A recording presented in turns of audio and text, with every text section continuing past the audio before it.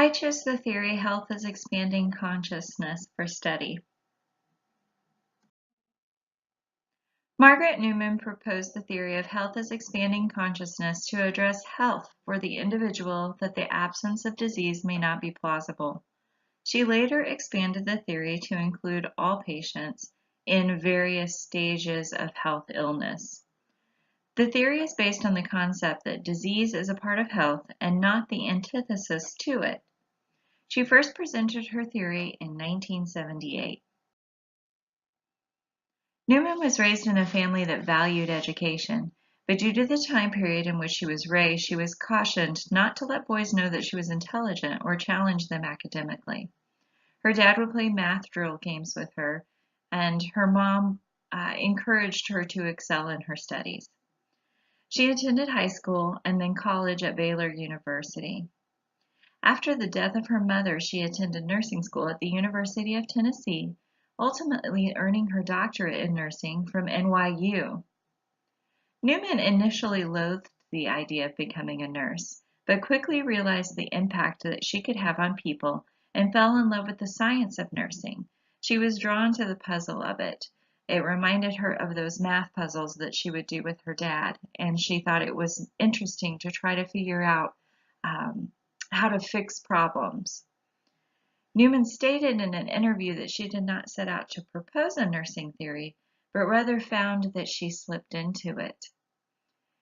After Newman attended nursing school, she began teaching as a nurse educator. One of the first classes that she taught was nursing theory. It seems that her exposure to these theorists began the wheels turning in the development of her own theory without her even realizing it. Health as expanding consciousness is designed around the idea that people are moving through life in a pattern. Those patterns can be interrupted by periods of chaos, such as illness, in which the individual no longer moves through space and time in the projected path. They stop. At this point, the nurse can act as an external force to correct the path or pattern and allow the patient to continue on in expanded consciousness. So Newman's mother had ALS, and as we know, that is a very debilitating illness. When she became a nurse, when she looked back on that time, she realized that once her mother became ill enough, the disease had progressed to the point she no longer was getting out of the house, she stayed home. Newman, as her caregiver, also stopped moving through space and time and stayed with her mother to care for her. Her mother lacked any focus of meaning on life. She was no longer able to do the things that she wanted to do, and they both just kind of got stuck there. In addition to her exposure to nursing theory, this was a huge part of her life in why she developed this nursing theory. So she ultimately said that patterns are created with periods of stability and chaos.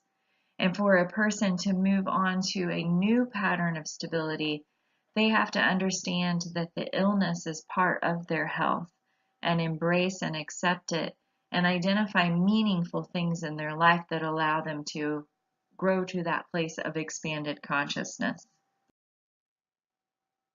I chose this theory based initially on blatant curiosity, wondering what this could possibly mean. But then I fell in love with it when I discovered that it's not cure focused. It's focused on the health of the patient, whether the disease remains or is gone. It's very holistic based and aimed at living the best life and includes the patient, family, and caregivers. Definitions to understand are expanded consciousness. That's the growth and connection to the environment and the people around you to find meaning with or without disease or illness. So remember that Newman says that illness and disease are all part of our overall health. It's part of the pattern that would occur regardless. Illness can create immobilization in space and time.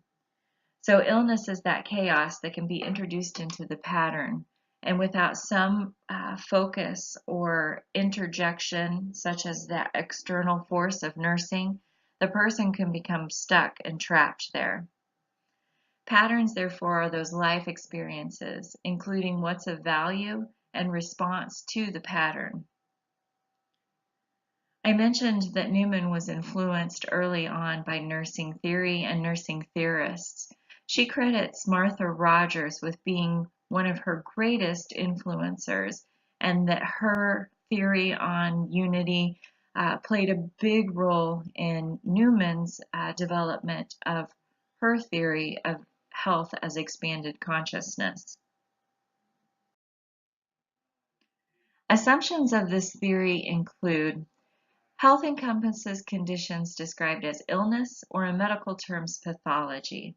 So health has a component of illness to it. These pathological conditions can be considered a manifestation of the total pattern of the individual. So health and illness come in different periods at different times, and that is the pattern.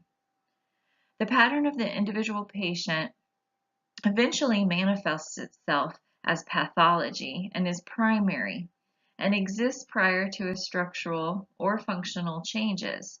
So the illness was part of the pattern from the beginning and would have occurred despite the person's best intentions. Removal of the pathology will not in itself change the pattern of the individual. As this theory is not cure-focused, Newman proposes that simply providing a cure is not going to help the patient move on through space and time. If becoming ill is the only way an individual's patient's pattern is able to manifest itself, then that is the health of the patient. So in times of health and illness, ultimately that's the story of the patient.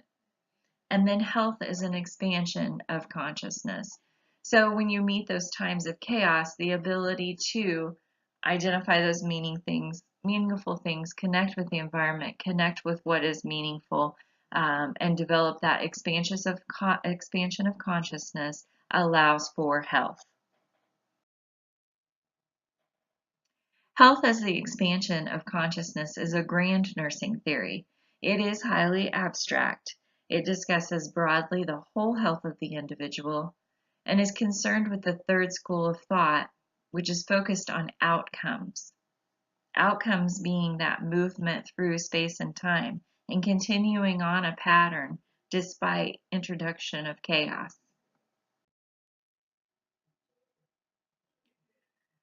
When looking for application of the theory in literature, a search revealed that there are many articles out there that discuss this theory.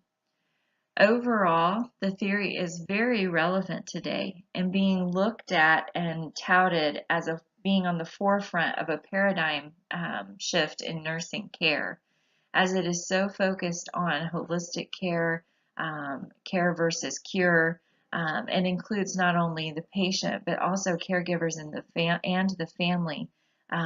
It's very current in what we're looking at in nursing today. The article that I chose was A Patient with Cancer and Her Family in Caring Partnership, based on Margaret Newman's theory of health as expanding consciousness. This appeared in the Asia Pacific Journal of Oncology Nursing. To summarize, there was a patient that had a history of feeling disconnected from family by feelings of insecurities. She even believed very strongly that in certain areas that she was even capable of letting her spouse down, even though he had never done anything to directly make her feel that way. She'd never really thought about or addressed those feelings. And then the patient is diagnosed with cancer, and that very fragile family unit completely shut down. Some of their communication issues were certainly culturally based, but many of them were just because of lack of communication. The patient had never expressed that she felt this way. And then once she became diagnosed with cancer, she felt incredibly isolated from her family. And her family felt even more withdrawn from her and felt hopeless to help in this trying time. Nursing as the external force came in the form of the research group that conducted a series of interviews with the patient and family members. And they revealed that there was a lot of room for growth and discussion amongst the family members once they started uncovering these different feelings. So, as it fits with Newman's theory, there was an underlying issue that was not allowing anyone in the family group to live at their most expanded level of consciousness. The cancer diagnosis came in as a point of chaos, and as Margaret Newman proposes, it was always there, it was always part of that individual's health pattern. Once the chaos entered, there was not a functional unit that helped that patient address the issue and focus on a new meaning in life and move forward with the cancer diagnosis. But after discussion and after the realization that there was room for growth, then the patient began to feel support and love from family members in a new and meaningful way. She was able to connect with her spouse, and he felt once again close to her and able to help her in this time. She was able to mend issues with a mother-in-law and become connected with her in a way that she had never been previously. So that allowed for not only the patient, but the family members and caregivers to move to that level of expanded consciousness. Now, note that the article never addressed what type of cancer the patient had, the stage of cancer, the prognosis. It could be that the patient passed away of the cancer shortly after this research was conducted. We don't know that.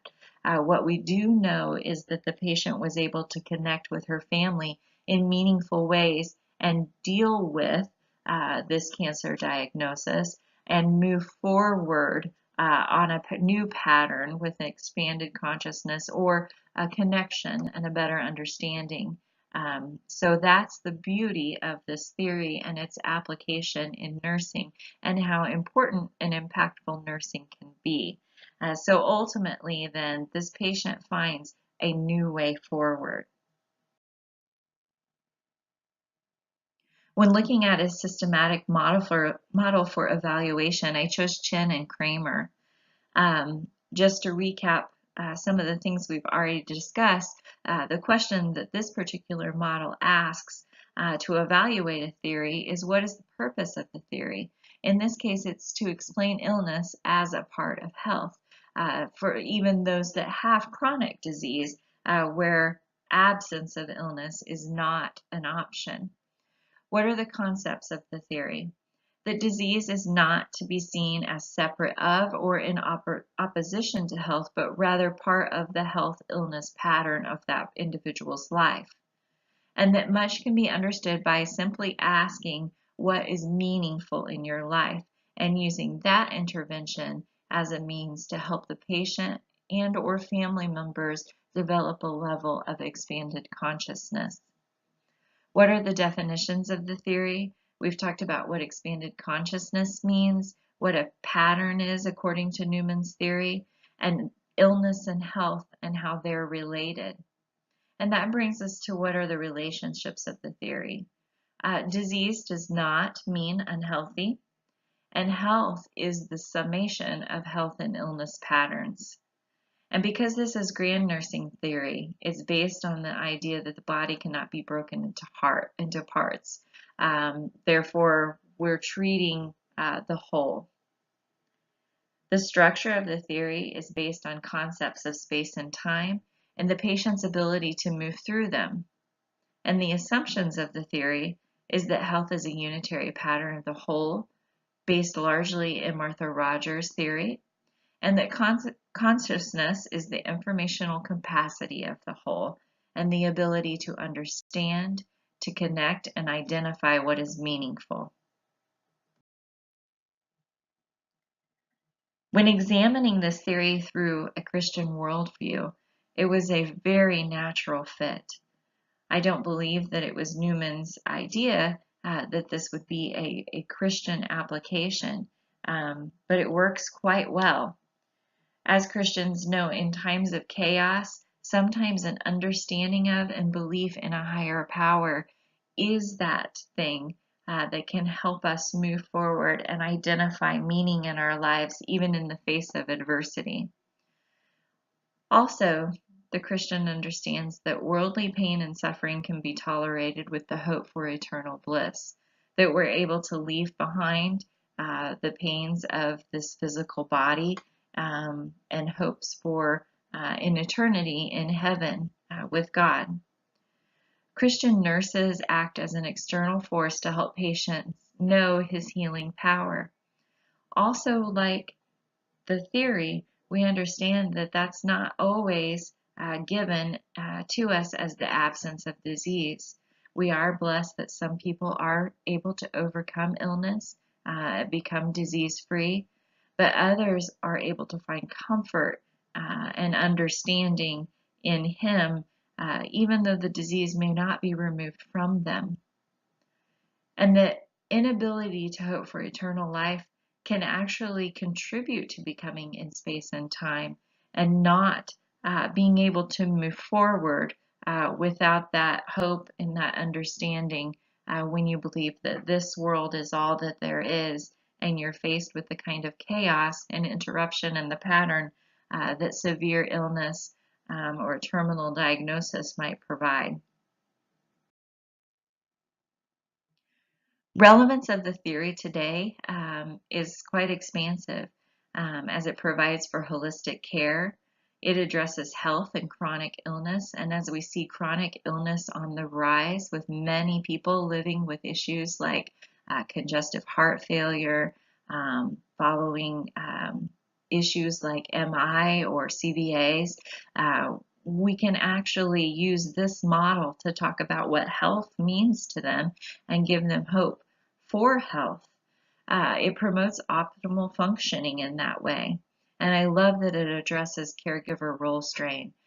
This model applies to not only the patient, but to the individuals in the patient's lives that are also dealing with what that means to them, just as Margaret Newman examined what it meant to her when her mother was debilitated with ALS. This theory is applicable to all stages of life and to all ages, so it can be used throughout the lifespan, which is a really wonderful thing. Here are some references that I used in doing this research. I appreciate you listening to my presentation, and I hope that you learned something about Margaret Newman's theory of health as expanding consciousness. Thank you.